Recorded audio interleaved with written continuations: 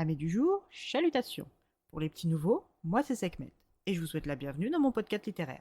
Dans mon émission, je vais tenter 3 fois par semaine de vous donner envie de découvrir des livres de tout poil, récents et moins récents. Alors, si ça vous tente, c'est par ici la suite. Aujourd'hui, je vais vous présenter La dernière vue, Le tombeau du vent de Erin McName, publié en auto-édition. Dans ce second tome, nous allons retrouver Liane Quercy de Beaumont, ministre française sur le point de donner une conférence de presse mondialement retransmise.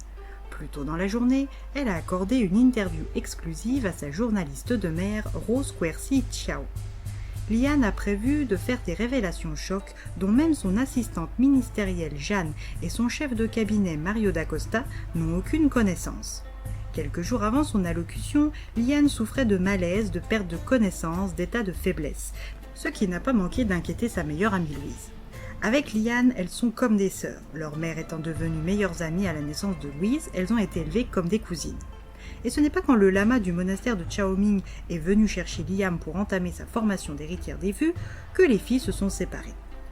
Louise a intégré l'institut comme gardienne. Pour Liane, ces années de formation sont majoritairement des bons souvenirs, même si elle ne suivait pas le même planning que ses amis de promotion. Si Louise et les autres apprenaient à se battre, elle apprenait à limiter et à contenir ses émotions dans l'optique de son futur rôle de réceptacle vivante des 12 pouvoirs des vues. Alors, si aujourd'hui ils sont tous ou presque dépassés la trentaine, c'est encore tout naturel pour eux de se réunir quand l'un du groupe va mal ou a besoin d'une pause. C'est donc avec ses anciens camarades Isaac Newton, dit Zach, l'équipier miroir de Louise, Cassiopée, dit Cassie, la pain-beige rapporteuse de leur groupe, qui s'est enfin racheté une conduite après la fin de leur apprentissage, et Édouard de Beaumont, le petit-fils de Jacques de Beaumont, le créateur de l'Institut, que Liane compte passer le week-end. Quelques semaines avant cette réunion improvisée, Liane et Édouard se sont mariés. Liane avait promis à Jacques, sur son lit de mort, d'épouser son petit-fils. L'ordre ne peut être dirigé que par un descendant de la famille de Beaumont, en raison de nombreux paramètres, dont l'un est la possession d'artefacts puissants utilisés contre leurs ennemis du Sanctus Causa. Si aujourd'hui c'est Antoine, le père d'Édouard, qui a pris la relève, cela ne saurait s'éterniser en raison de l'état de santé de celui-ci. Dans la logique, Édouard doit hériter de la direction, mais son absence de pouvoir est une marque de faiblesse. Mais indépendamment de ça, le grand-père est intimement persuadé qu'il formerait une bonne équipe, car son petit-fils est un garçon plein de ressources cachées et qu'un couple est avant tout une équipe. Pour lui, Ed est le bon partenaire pour l'élu et la femme qu'elle est. C'est pour ces raisons rationnelles, pour la confiance qu'elle accorde à Jacques et pour l'amitié sincère qu'elle porte à Édouard, qu'elle a accepté la demande du mourant. Depuis leur union, Liane et Édouard n'ont pas vraiment l'air de jeunes mariés. Le beau blond musclé reste en retrait. Quand il est arrivé à l'Institut, il était plus jeune que tous. Et son manque de pouvoir a fait de lui un rat de bibliothèque qui passait assez peu de temps avec les autres, à tel point que les autres le surnommaient Casper. C'est pour dire. Cette attitude cachait et continue de cacher son tempérament et son esprit de déduction impressionnant. Louise, qui est une fine observatrice, pour les autres, a bien vu le petit jeu que la jolie rousse de Cassie joue. Si avec ses capacités de craqueuse de code et de manipulatrice de mémoire, elle a des atouts, son passé de cafeteuse et son présent de tentatrice ne l'aident pas avec les autres, mais pour avoir un tout petit point d'avance sur Liane, elle est prête à tenter sa chance.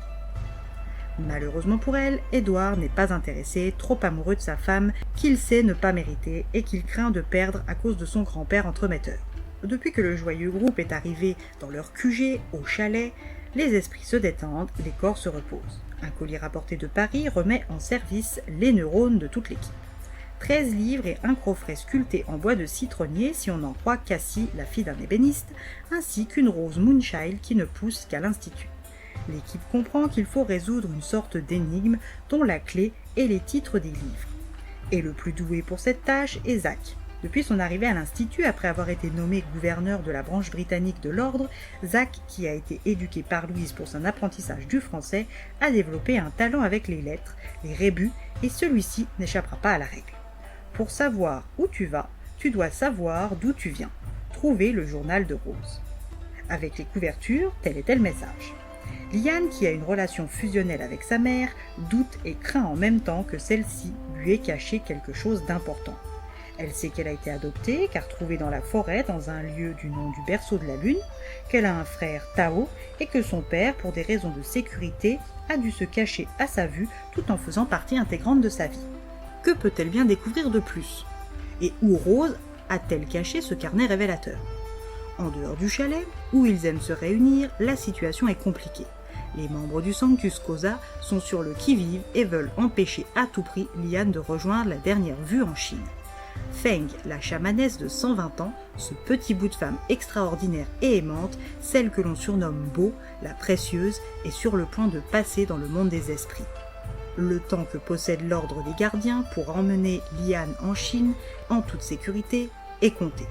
D'ici à ce qu'une solution soit trouvée, les 5 amis vont devoir trouver le carnet de Rose et ce qu'il contient, concocter leur propre plan pour sécuriser le voyage de Liane en Chine et réfléchir à comment neutraliser leurs ennemis, et ce, en moins de 15 jours. Alors, vous êtes prêts ?